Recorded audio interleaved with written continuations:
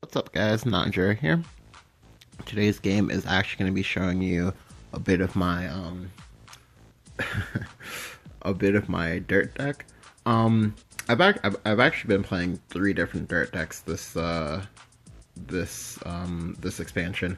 I've been playing aggro dirt, I've been playing midrange dirt, and I've been playing control dirt. They're all homebrews I made.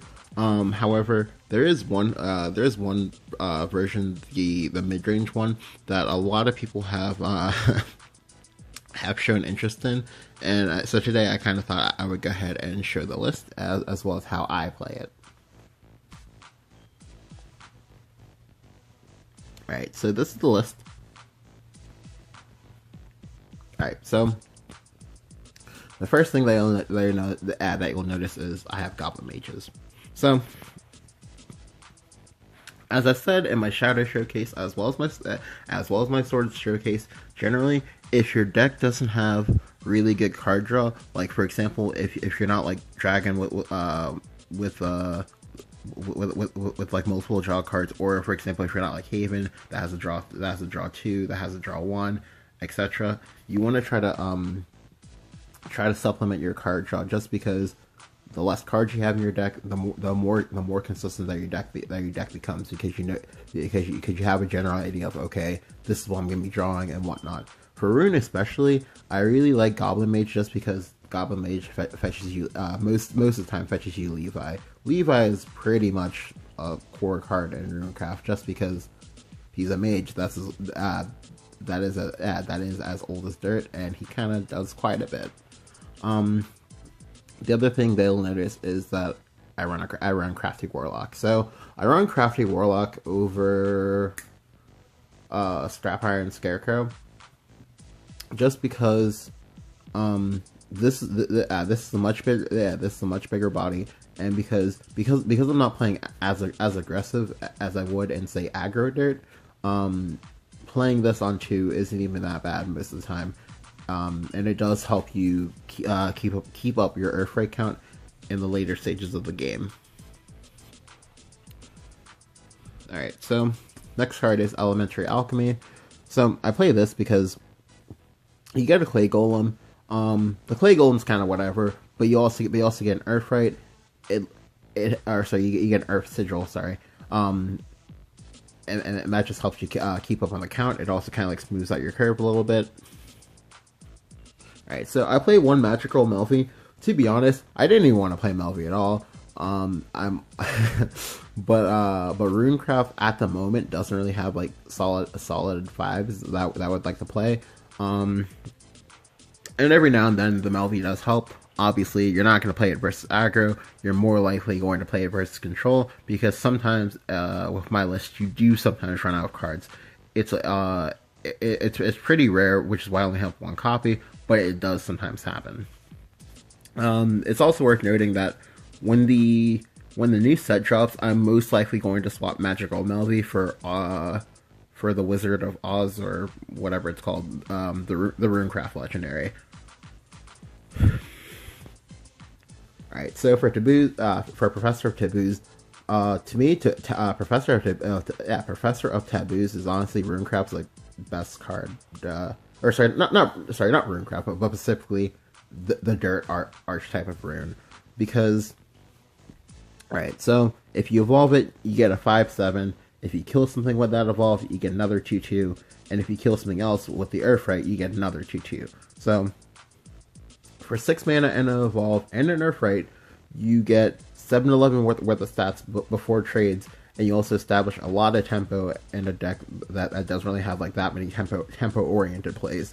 It can also kill big things, and it's one of those cards that like later in the game doesn't require an Evo to still be effective, and it's generally like a pretty strong value card. One Twin Guardians.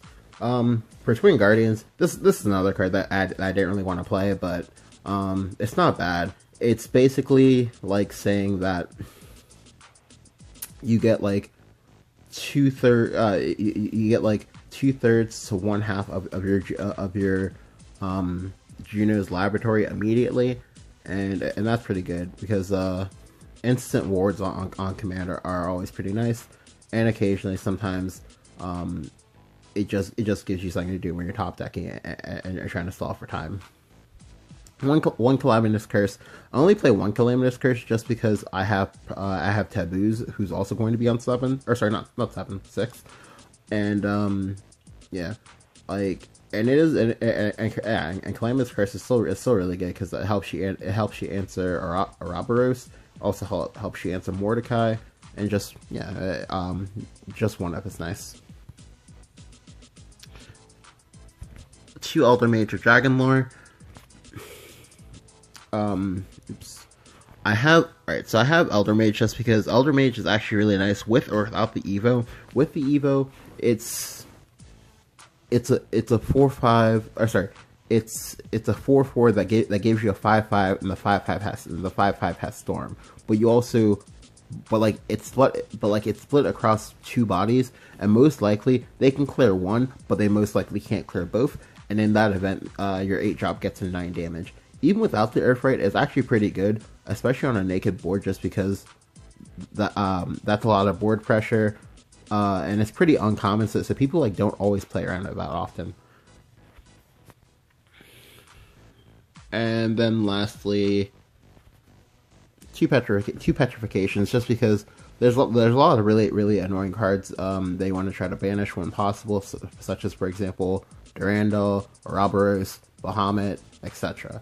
And petrification just allows it allows you to do that at a very cheap cost, because the other option would be to use executions or Dance of Death, but those are 5 mana and this is 3, so that's just much better.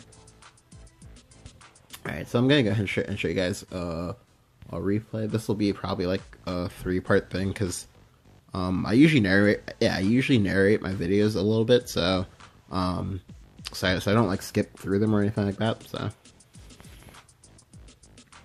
alright, so the first game is gonna be versus Sword.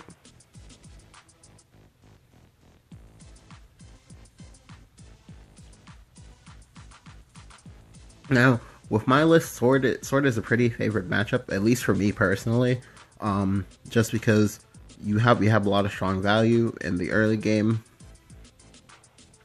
and usually, as long as you don't catch something like an Albert to the face or something like that, then usually Levi spam into Professor of Taboos can kind of wear them down. I'm only getting all 3 just because I really want my 2-drops, specifically Dwarf Alchemist, Red Hot Ritual.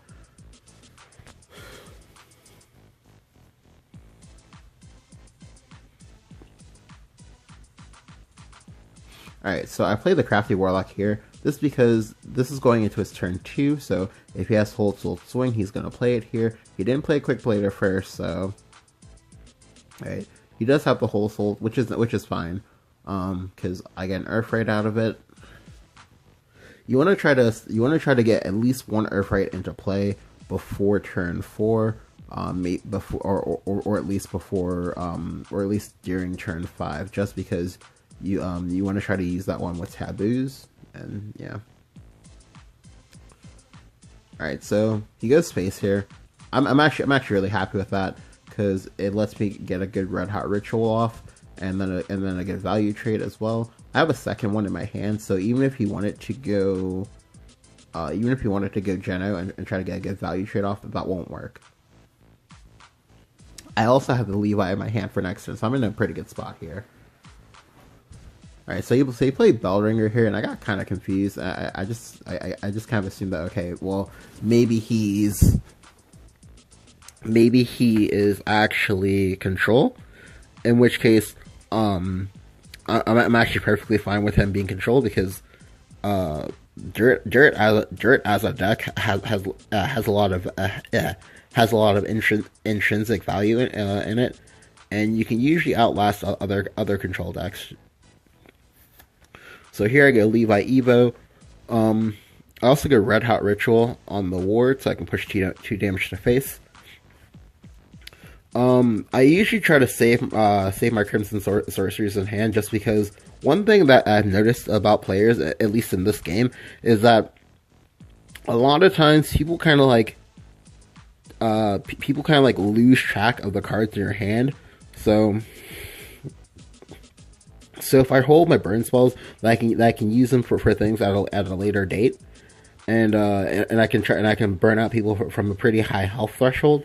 Like for example, Crimson Sword, Halo Golem Earthright is 9 damage for 6 mana, and that's a lot. And people like don't really play around that often. I play taboos because my hand is kind of dead, and I can't actually play the teachings of creation because if I do, then I'll go ahead and board lock myself, and you can't unboard lock yourself as dirt. All right, so I was right. He does have the Durandal. However, that's fine for me. Just because he's starting to run out of cards, and I haven't even hit my value cards yet. So, all right. So here, I evolve my zombie just to get through the Durandal, so I can that also frees me up to play Elder Mage or Dragon Lore.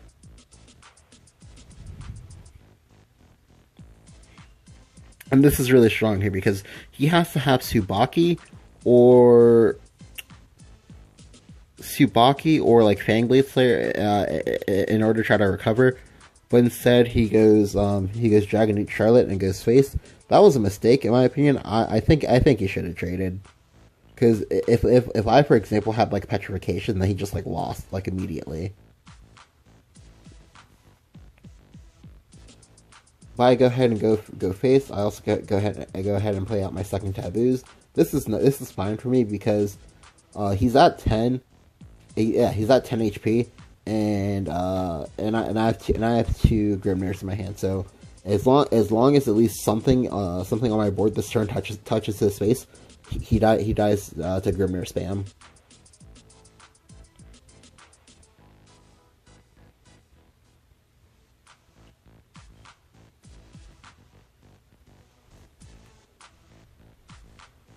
Yeah, and so Grimnair comes down, and he takes 10, and he dies.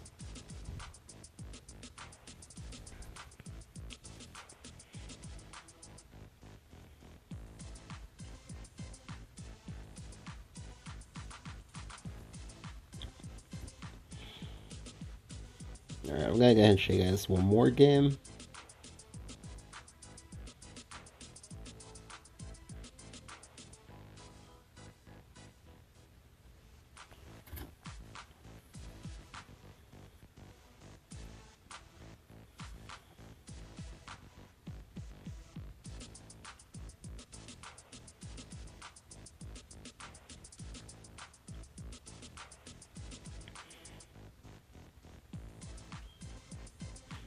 Alright, this time it's versus Bloodcraft.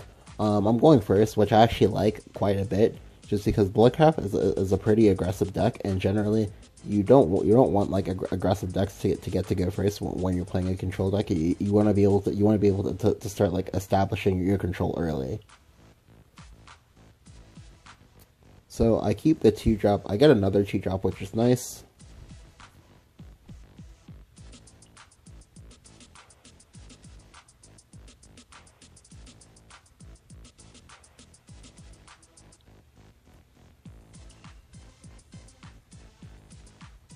You have Spiderweb Imp here, which is it's not bad because I have another 2-drop to contest it.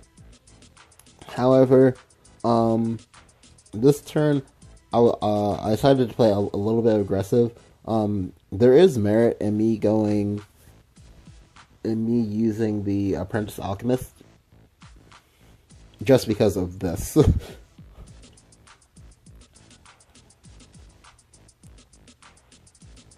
But here I go ahead and Halo Golem the Vite and go ahead and push more face damage.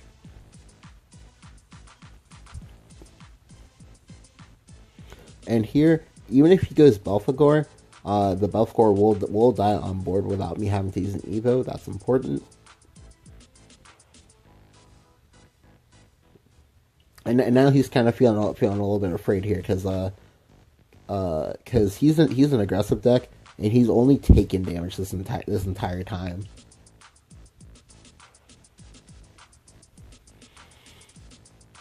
So it's kind of sad that I had to use my Earthright just because I haven't gained any more.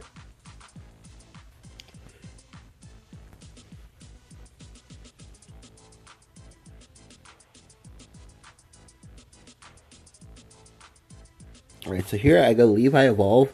I hold the Crimson Sorcerer and I hold the Halo Golem just because I don't want him to know exactly how much damage he has to play around. Like because Bloodcraft tends to injure themselves quite a bit in order to get off a lot of their effects, and and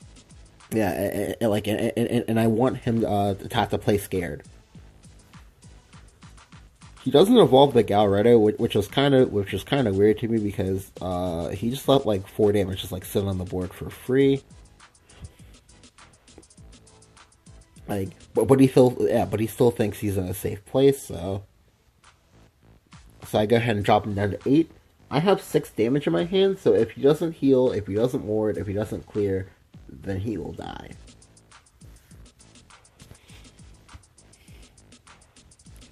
He plays the Queen Vampire here, but it doesn't actually matter because the damage is already done. As I said before, he just needed to Evo last turn because now I can just go Petrification, or sorry, I can go Halo Golem. Yeah, you have to go Halo Golem first because in order to use the Earthright, because using Earthrights are like automatically mandatory. So if, for example, you only have one Earthright and you try to chain 2 Earthright effects and you order it incorrectly, you won't get the effect of the second Earthright creature. But yeah, that was part 1. I'll go ahead and upload part 2 later. Hope you guys enjoyed. Thank you for watching, and I'll catch you guys next time.